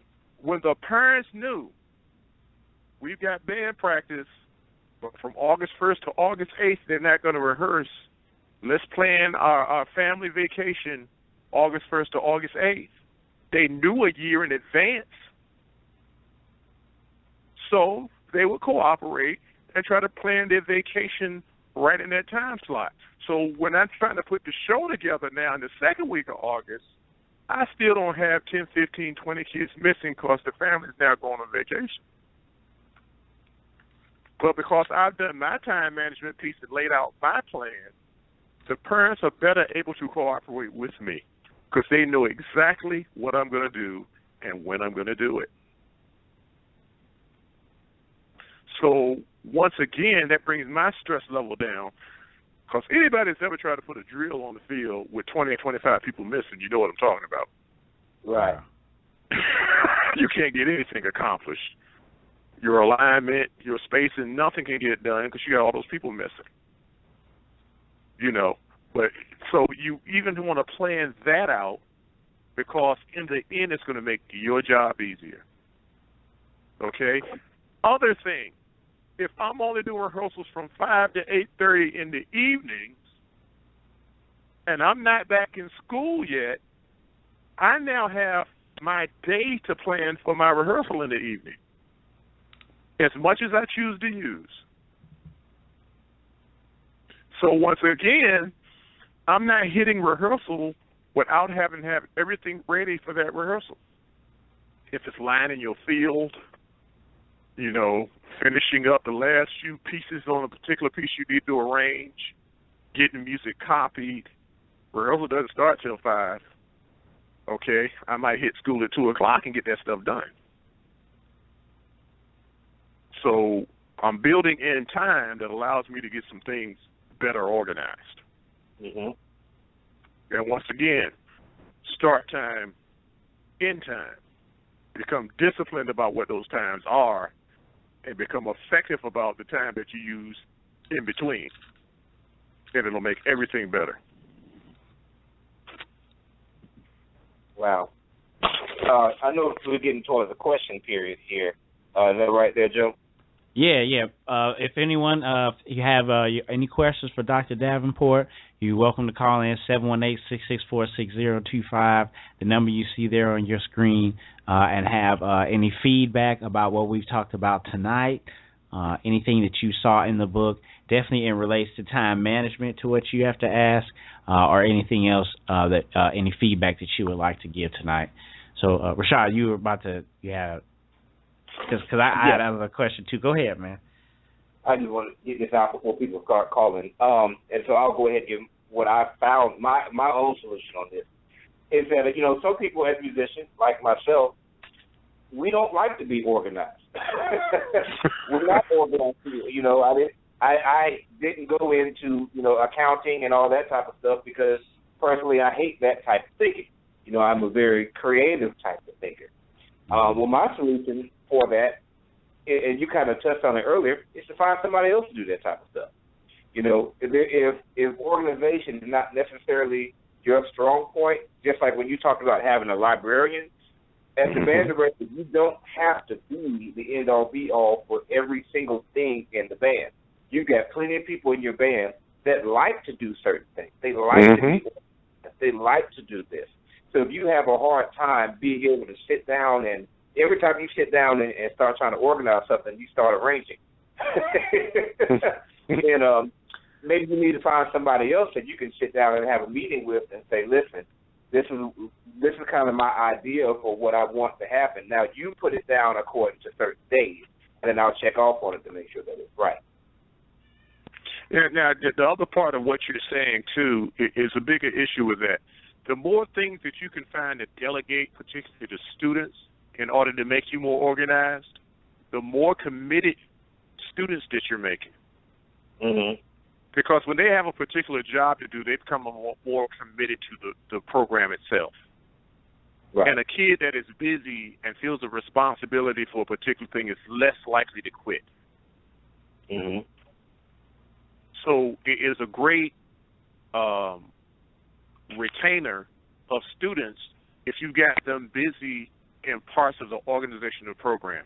I had a committee to get the field lined, and a committee to come up during the summer, plus I gave out envelopes with all the music on the first day of band camp. But that meant getting students to come in early and help me get all the music laid out and put in the envelopes and all that kind of thing. I had a dance committee. I actually had 4 students that were also arranging. Everything they arranged, they came to me, I want to arrange this. We talked through it. They go right, they bring it back to me. I'm looking at it, but at least once I get them to the point where they understood how I wanted them to arrange, guess what that did for me? That cut down on the amount of music I had to write myself. Right. And some of my high school students did some of the best arrangements that we did in school. They became that good at it. And once they became arrangers in the band, I have to worry about them quitting. They weren't going anywhere. Right. They weren't going anywhere. They're getting to use their passion, and they felt like they were a valuable part of the organization. I think that's important, too. Absolutely. Yeah, I mean, just because, like you said, if you've got that direct task on point from your planning, and then that student does it, they see their value. And like you said, they're not going anywhere, but then they definitely take their job to the next level. It's funny. It's really like that automating things, like you said. If you got some in your plan, you have things where basically you just are just the puppet master, essentially. You have everything. You just kind of just watching over and just maintaining things, and you've got everything thought out. Right when I say maintaining things, somebody popped in. It's a caller from the 281 area code. Caller from the 281, go ahead, give us your name and where you're calling from, and shoot us your question or your feedback tonight. Hey, caller. This is Walter from National Show Band Association. Oh, man. what's going on, man? Hey, How you man. doing, man? Hey, not a whole lot. I'm not in front of my. Appreciate the applause, man. I'm not here to ask a question. I've been listening to the entire conference call, but I jumped out in front of my computer, so I wanted to finish listening. I'm getting in the car now, so I was just chiming back in, so I just listened back. Yeah, man. Well, I appreciate that. You know, I'm still working out. They don't have the thing where some folks actually literally, you know, they like listening to it through their phone. So I hadn't figured out the whole screening process. But hey, man, I'm glad that we had you on and just had your voice on here. The other person, future chopping it up, if you will, Fox Podcast Network. Just putting it out there. He might really be a person coming from the perspective of doing competitions. You know, he may be able to add some insight as far as that is concerned, as far as the, you know, Dr. Davenport mentioned people dropping out of competitions at the last moment or showing up to a competition at the last moment, that type of prior planning. Maybe he's got some, you know, advice for band directors on that tip. Well, that actually goes into the same line of what we're talking about. Generally, if a band drops out of a competition, it's for one of several reasons. One, they haven't prepared properly, so they don't feel like they're ready. Or two, they haven't got their transportation in order, so they can't get buses. Or three, they didn't start early enough raising money to be able to afford to go to the competition. All three can be avoided by simply having a time management plan, doing it far enough in advance. If I know I'm going to come to a competition that's the last week of September, I'm not going to start working on my competition show the second week of September. I'm going to make sure that I have every piece in place from the beginning of band camp, because I know that competition is so soon. But I have to think about that, and I have to plan that into what I'm going to do on a daily basis in order to be ready. So band directors, if band directors would plan their time better, we would not have bands dropping out of competitions at the last minute so often. Did I answer the question? Or respond to it? Really, I was actually looking for also your man here to give his insight from the perspective of someone who puts on who runs the band competitions. Yeah, hold on. We still got him on. Walter, you still there? Oh, yeah, definitely. Definitely I'm still here. Yeah, I mean, I agree with 1,000% with what's being said, because we've held some band competitions, and we've actually helped a numerous amount of people promote their band competitions. And you're right, when a band drops out at the end of the competition, it definitely puts a damper on the competition, because other bands were expecting to go up against them for the competition. The students were excited about the competition, and then all of a sudden you take their morale out. So there's a lot of ramifications that happen when a band director decides to pull his band program out. But you're right, most of it is lack of planning. And so, even with hosting competitions, you have to put that into your planning process to know that there will be some band directors that aren't prepared and will possibly drop out before the competition. So all of the things that you're saying to help the band directors prepare so that they don't have to drop out of those competitions are definitely valuable keys, that if they take heed to what you're saying, they will have a much better program, because it does affect the kids when they don't get a chance to perform and work so hard, to compete and don't get a chance to compete. We are musical athletes, so the main thing we want to do is just like any other athlete. We want to compete against other athletes. So, I definitely understand exactly what you're saying. So good information. Yeah, I definitely think we want to definitely drive home that, this time management is important, but you affect much more than your program and yourself. We talked about the stress levels, we talked about family life, but you also talked about the parents who's sitting there at 6:15 and it was 5:30. You talk about losing them. You talk about losing the kids. You talk about the actual perspective from the students who are honor students or whoever. You lose faith. So it's really a domino effect, if you will, if you don't have your stuff together. And pointing it all back to you, I want to say right quick, Chapter 9 of your book, Dr. D, you have a section about being proactive, but you have a sentence in there, basically, you must plan for Murphy's Law.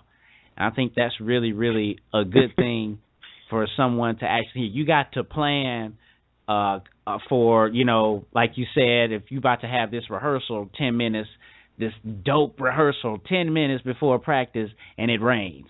You know what I'm saying? Mm-hmm. You have got to be prepared. Right when we say that, somebody from the 252 area code calls. Excuse me if you are just listening to the broadcast tonight, but please, you're welcome to say something. Give us your name and where you're calling from this evening.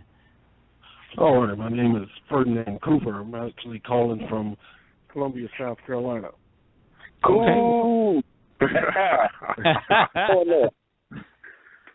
How's everyone doing tonight? Doing all right. Good to have you on the phone. Yeah, go ahead, man. My question for Dr. Davenport. I'm kind of in a tough situation with my classes, and I'm trying to get some help with the management piece of it, where they have put kids of different musical levels all in my same class. So I have beginner high school students, advanced, intermediate, and percussion all in the same class. Wow. So I kind of remember what you were saying about the chaos aspect, and I don't want to lose those good kids from kind of seeing that the classroom is almost like a chaotic scene because there's just so much going on. So what kind of things could I do from the professional aspect to try to get some sense of order and to be able to get the kids the proper type of attention that they need on all levels? Now, what I would probably do in that particular situation, several things.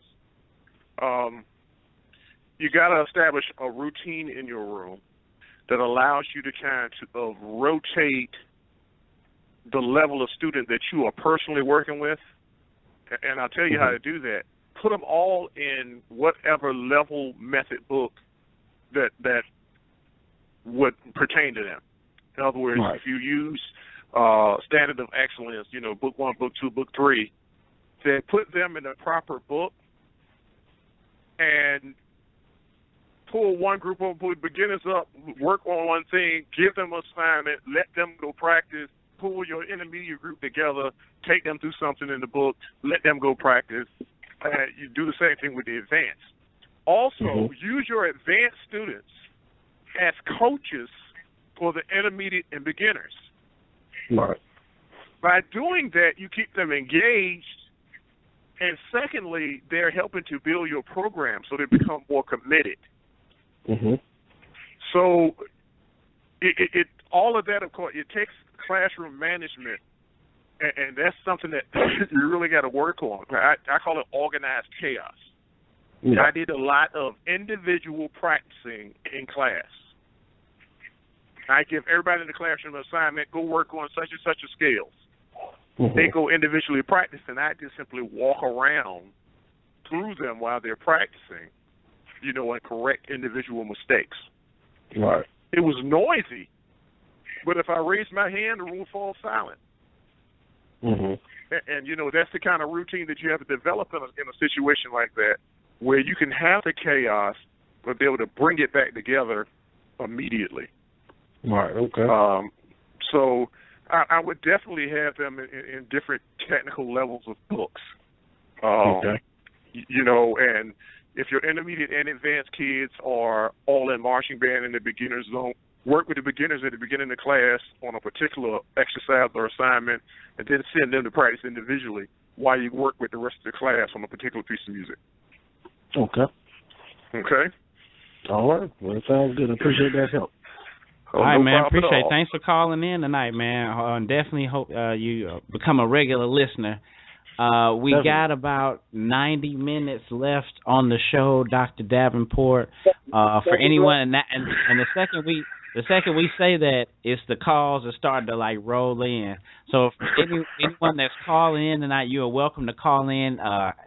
Definitely jot your question down or email us marchingpodcast@gmail.com for any questions, and we'll go over those emails and your feedback starting next week, and the continuation of part 2 for our director series.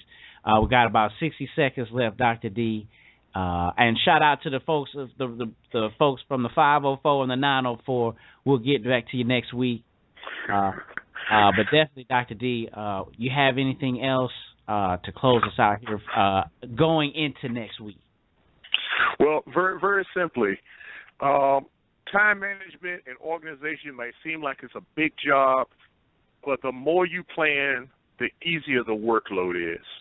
And you want to work, and my quote that I want you to carry into the rest of the season is, work smarter, not harder.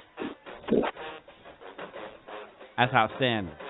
That's outstanding. Definitely work smarter and not harder. Rashad, we got about 20 seconds. You have anything else to close us out with tonight, man? I just hope that everything has been a blessing to the Editors out there. It sure has helped me, and I look forward to seeing everybody be successful this year. All right, we'll see you guys next week. We got 10 seconds left. See you guys next week for part 2. Check us out, same bat time, same bat channel. Thanks again for listening.